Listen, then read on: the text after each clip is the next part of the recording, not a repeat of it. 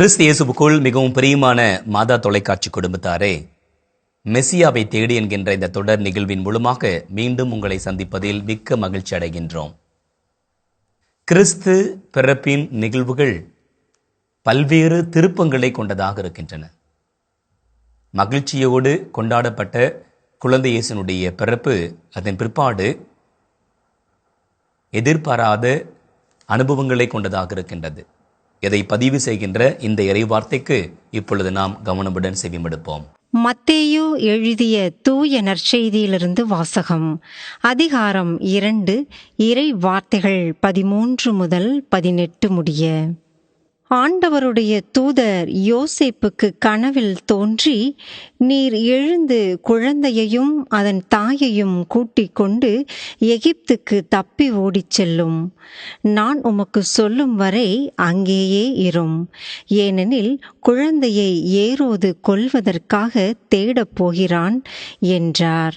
யோசேப்பு எழுந்து குழந்தையையும் அதன் தாயையும் கூட்டிக் கொண்டு இரவிலேயே எகிப்துக்கு புறப்பட்டு சென்றார். ஏரோது இறக்கும் வரை அங்கேயே இருந்தார். எவ்வாறு எகிப்திலிருந்து என் மகனை அழைத்து வந்தேன் என்று இறைவாக்கினர் வாயிலாக ஆண்டவர் உரைத்தது நிறைவேறியது. ஞானிகள் தன்னை ஏமாற்றியதை ஏரோது கண்டு மிகுந்த சீற்றங்கொண்டான். அவன் அவர்களிடம் கருத்தாய் கேட்டறிந்ததற்கேற்ப காலத்தை கணக்கிட்டு பெத்லஹேமிலும் அதன் சுற்றுப்புறமெங்கும் ஆள்களை அனுப்பி 2 வயதும் அதற்கு உட்பட்டவையுமான எல்லா ஆண் குழந்தைகளையும் கொன்றான். அப்பொழுது ராமாவிலே ஒரு குரல் கேட்கிறது. ஒரே புலம்பலும் பேரழுகையுமாய் இருக்கிறது. ராக்கேல் தம் குழந்தைக்காக அழுது கொண்டிருக்கிறார். ஆறுதல் பெற அவர் மறுக்கிறார், ஏனெனில் அவர் குழந்தைகள் அவரோடு இல்லை என்று இறைவாக்கினர் எரேமியா உரைத்தது நிறைவேறியது. கிறிஸ்து இயேசுவினுடைய பிறப்பு நிகழ்வுகளையும் இளமை பருவ நிகழ்வுகளையும் 2 நற்செய்தியாளர்கள் தொகுத்து தருகிறார்கள்.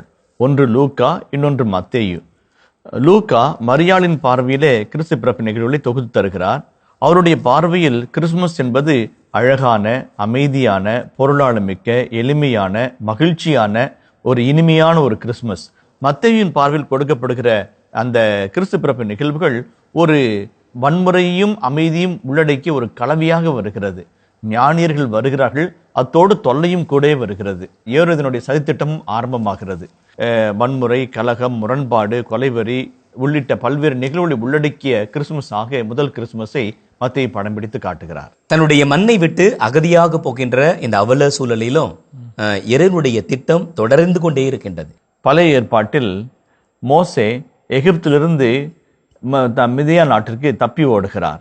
மீண்டும் எகிப்து திரும்பி வருகிறார். அந்த ஒரு காட்சியிலே புலம்பெயர்ந்து போகிற ஒரு காட்சியை நாம் பார்க்கிறோம். தப்பி ஓடுகிற அகதியாய் இருக்கிற காட்சி காண்கிறோம். அந்த அகதியாய் இருக்கிற பொழுது பிறக்கின்ற பிள்ளைக்கு கெர் என்றும் மோசே பெயரிடுகிறார். இங்கே மத்தேயு குழந்தை இயேசுவை புதிய மோசேவாக காட்டுகிறார். எகிப்திற்கு தப்பி ஓடுகிற அகதியாய் இருக்கிற ஒரு நிலையை புதிய மோசேவாக படம் பிடிக்க காட்டுவதில் மத்தேயுக்கு ஒரு அலாதி பிரியம். தன்னுடைய மண்ணை விட்டு அகதிகளாக புலம்பெயர்ந்து செல்லுகின்ற அவல சூழல் பெருகி கொண்டே இருக்கின்றது. உலகளாவிய இந்த சூழலிலே கட்டாயமாக மனித நேயத்தோடு மனிதர்கள் நடந்து கொள்ளக்கூடிய சூழல் இங்கு இருக்க வேண்டும். அதற்கு நீங்களும் நானும் கருவிகளாக இருக்க வேண்டும். தாய் திருச்சபை குரல் எழுப்ப வேண்டும். இன்றைக்கு ஏரோதினுடைய பார்வையில் அந்த கிறிஸ்து பிறப்பை பார்க்கும் பொழுது ஏரோது எப்படி இருந்தால் மெசியாவை காண முடியாது என்பதற்கு ஒரு எதிர்காரணியாக அமைகிறார். இந்த ஏரோதை பற்றி கட்டாயமாக நாம் சிந்திக்க வேண்டும். யார் இந்த ஏரோது? எப்படிப்பட்ட இந்த மனிதர்? வரலாற்று ரீதியாக பார்க்கின்ற பொழுது பல அதிர்ச்சி தரும் நிகழ்வுகளை சுட்டி காட்டுகின்றது. கிமு 7ஆம் நூற்றாண்டிலே ஏரோது தன்னுடைய பிள்ளைகள் அலெக்சாண்டர், அரிஸ்டோபுலஸ் என்கின்ற 2 மகன்களையும் கொலை செய்தார். அதற்கு காரணம் தன்னுடைய அதிகாரத்திற்கு இவர்கள் திரட்டாக இருக்கிறாங்க, அச்சுறுத்தலாக இருக்கின்றார்கள் என்பதற்காக கொன்றான். அதே போலவே கிமு 4ஆம் ஆண்டிலே தன்னுடைய மகன் ஆன்டிபத்தரையும் கொலை செய்தான். காரணம் அதுவேதான். அந்த சூழலில்தான் இதோ இப்பொழுது ஞானிகள் அங்கே வருகின்றார்கள், வந்து இப்படி ஒரு கேள்வியை கேட்கின்றார்கள். அந்த கேள்வியானது அவனுக்குள்ளாக அதிர்ச்சியையும் ஆத்திரத்தையும் உருவாக்குகின்றது. அதற்காக அவன் படுகின்ற பாடுகளையும் எடுக்கின்ற முயற்சிகளையும் தீட்டுகின்ற சதித்திட்டத்தையும் இந்த இறைவார்த்தை பகுதி அழகாக படம் பிடித்து காட்டுகின்றது. அதிகார வெறி, பதவி பித்து, போட்டி மனப்பான்மை, விட்டு கொடுக்காத தன்மை, ஈகோ மனம், இவைகள் இருந்தால் மெசியாவை காணவே முடியாது. இப்படிப்பட்ட ஒரு மனநிலை இருந்தால் என்ன ஆகும்?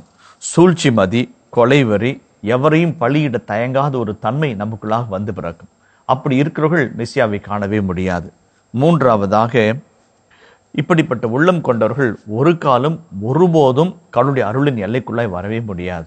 குழந்தை கிடைக்கல, அதனால கோபம் அவனுடைய மனசு முழுவதும் ஆட்கொள்ளுகின்றது. அதனால எல்லா குழந்தைகளையும், 2 வயதுக்குட்பட்ட எல்லா குழந்தைகளையும் கொண்டு போட சொல்லி கொடூர சிந்தனை கொண்ட ஏரோது சட்டம் போடுகின்றான். அந்த சட்டத்தையும் நிறைவேற்றுகிறான். இந்த ஏரோது வன்முறையினுடைய ஒட்டுமொத்த அடையாளமாக இருக்கிறார். எருசலேம் நகரம் தாக்கப்பட்ட பொழுது, அதனுடைய வீழ்ச்சி அடைந்த பொழுது, ராக்கேல் தன் குழந்தைகளுக்காக கதறினால், அவர்கள் குழந்தைகள் இல்லாதனால் அவர் ஆறுதல் அடைய விரும்பவில்லை என்று சொல்கின்ற அந்த ஓலத்தையும் ஒப்பாரையும் பின்னணியாக வைத்து இந்த குழந்தைகளின் படுகொலையை மத்தேயு படம் பிடித்து காட்டுகிறார். அப்படின்னா குழந்தைகளுக்கு எதிரான வன்முறைகள் பெருகி கொண்டே இருக்கின்றன, குழந்தைகளுக்கு எதிரான குற்றங்கள் பெருகி கொண்டே இருக்கின்றன. அதனால் பெற்றோர்கள் கட்டாயமாக நீங்கள் பொறுப்புணர்வோடு நடந்து கொள்ள வேண்டும். உங்களுடைய பிள்ளைகளுக்கு பாதுகாப்பான வாழ்க்கை சூழலை நீங்கள் உருவாக்கி கொடுக்க வேண்டும். உங்கள் பிள்ளைகளுக்கு என்று நீங்கள் நேரத்தை ஒதுக்க வேண்டும். நிறைய சூழலை நம்ம பார்க்குறோம். இந்த செல்ஃபோன் வந்த பின்னாடி செல்ஃபோனை பத்திரமா காதில் வச்சுட்டு குழந்தைய தலைகீழாக தூக்கி பிடிச்சு நடக்கிற தாய்மார்களும் இல்லாமல் இல்லை. செல்ஃபோனை பார்த்துட்டே போய் குழந்தைங்களை கீழே போட்டு விபத்துக்குள்ளாகி குழந்தைகளை கொன்ற தாய்மார்களும் நமது சமூகத்தில் இல்லாமல் இல்லை. அதே போலவே குழந்தைகள் தங்களுடைய சந்தோஷத்திற்கும் வக்கிர புத்திக்கும் தடையாக இருக்கின்றார்கள் என்று சொல்லி குழந்தைகளை கொன்று போடுகின்ற தாய்மார்களும் நமது சமூகத்தில் இல்லாமல் இல்லை. இப்படிப்பட்ட சூழ்நிலையில் தயவு செய்து இறைவன் உங்களிடத்தில் ஒப்படைத்திருக்கின்ற குழந்தைகளுக்கு நீங்கள் ஆசீர்வாதமாக இருக்க வேண்டும். நேரத்தை நீங்கள் ஒதுக்க வேண்டும். அவர்களுக்கு உங்களுடைய அன்பினாலும் பாசத்தினாலும் அவர்களை நீங்கள் வார்த்தெடுக்க வேண்டும். இது முதல் காரியம். இரண்டாவது, இப்பொழுதெல்லாம் அபார்ஷன் ரொம்ப சர்வசாதாரணமாக பெருகி கொண்டே இருக்கின்றது. படிக்கின்ற பிள்ளைகள், வாலிப பிள்ளைகள், கல்லூரியில் படிக்கின்றவர்கள், ஏன் திருமணமானவர்களே தங்களுக்கு குழந்தை வேண்டாம் என்று சொல்லி 5 வருடம் 10 வருடம் தள்ளி போடுகின்ற அவல நிலையும் இருக்கின்றது. அதற்காக அதன் பிற்பாடு குழந்தை பாக்கியம் இல்லாமல் அல்லல் படுகின்ற நிலையும் பெருகி கொண்டே இருக்கின்றது. அதையும் தாண்டி சமூகத்திலே குழந்தைகளை பணிக்காக, வேலைக்காக, ஃபேக்டரியில் அல்லது மற்ற இடங்களில் எல்லாம் பயன்படுத்துகின்ற அவல நிலையும் பெருகி கொண்டே இருக்கின்றது. இந்த சூழல்கள் எல்லாம் மாற வேண்டும். குழந்தைகளுக்கே உரிய அந்த இளமை கால மகிழ்ச்சியான நாட்களை உருவாக்கி கொடுக்குவது பெற்றோர்களுடைய கடமை, சமூகத்தினுடைய கடமை, அரசினுடைய கடமை. நம்ம இதற்கான இந்த முயற்சியிலே இறைவன் நமக்கு அருளை கொடுக்கவும் பலத்தை கொடுக்கவும் சித்தமாக இருக்கிறார். தாழ்ச்சி நிறைந்த உள்ளத்தோடு அதே இறைவனிடம் நாம் அனைவரும் இணைந்து வேண்டுவோம். எங்களை என்பாய் நேசிக்கிற நல்ல ஆண்டவரே, சமாதானம் செய்வோர் பேறு பெற்றோர், ஏனெனில் அவர்கள் கடவுளின் மக்கள் எனப்படுவார்கள் என்று சொன்னீரே. அந்த வாக்குறுதிக்காக நன்றி கூறுகிறோம். ஆண்டவரே, இன்று மாசல்லா குழந்தைகளை நினைத்து பார்த்து சிந்தித்தோம். பல சமயத்தில் இந்த சமூகம் குழந்தைகளுக்கு எதிராக இருக்கிறது. வன்முறையினாலும் வக்கிரபுத்தினாலும் குழந்தைகளுக்கு எதிரான தீமைகளை தலைவிரித்தாடச் செய்கிறது. ஆண்டவரே, இந்த குழந்தைகளுக்கு நல்வாழ்வும் நல்வளமும் அளிக்க வேண்டியது எங்களுடைய கடமை என்பதை உணர்ந்து பார்த்து குழந்தைகளுக்கான பாதுகாப்பு உணர்வை நாங்கள் பெரிதுபடுத்திக் கொடுக்க எங்களுக்கு அருள் தருவீராக. ஆண்டவரே, பதவி வெறி, கொலை வெறி, பதவி பித்து, ஈகோ மனப்பான்மை, விட்டு கொடுக்காத தன்மை, போட்டி மனப்பான்மை, இவர்கள் என்ற காரணங்களினால் ஒரு எதிர்காரணியாக இருக்கிற ஏரோது குழந்தை இயேசுவை இறுதி வரை சந்திக்காமலே போய்விட்டான்.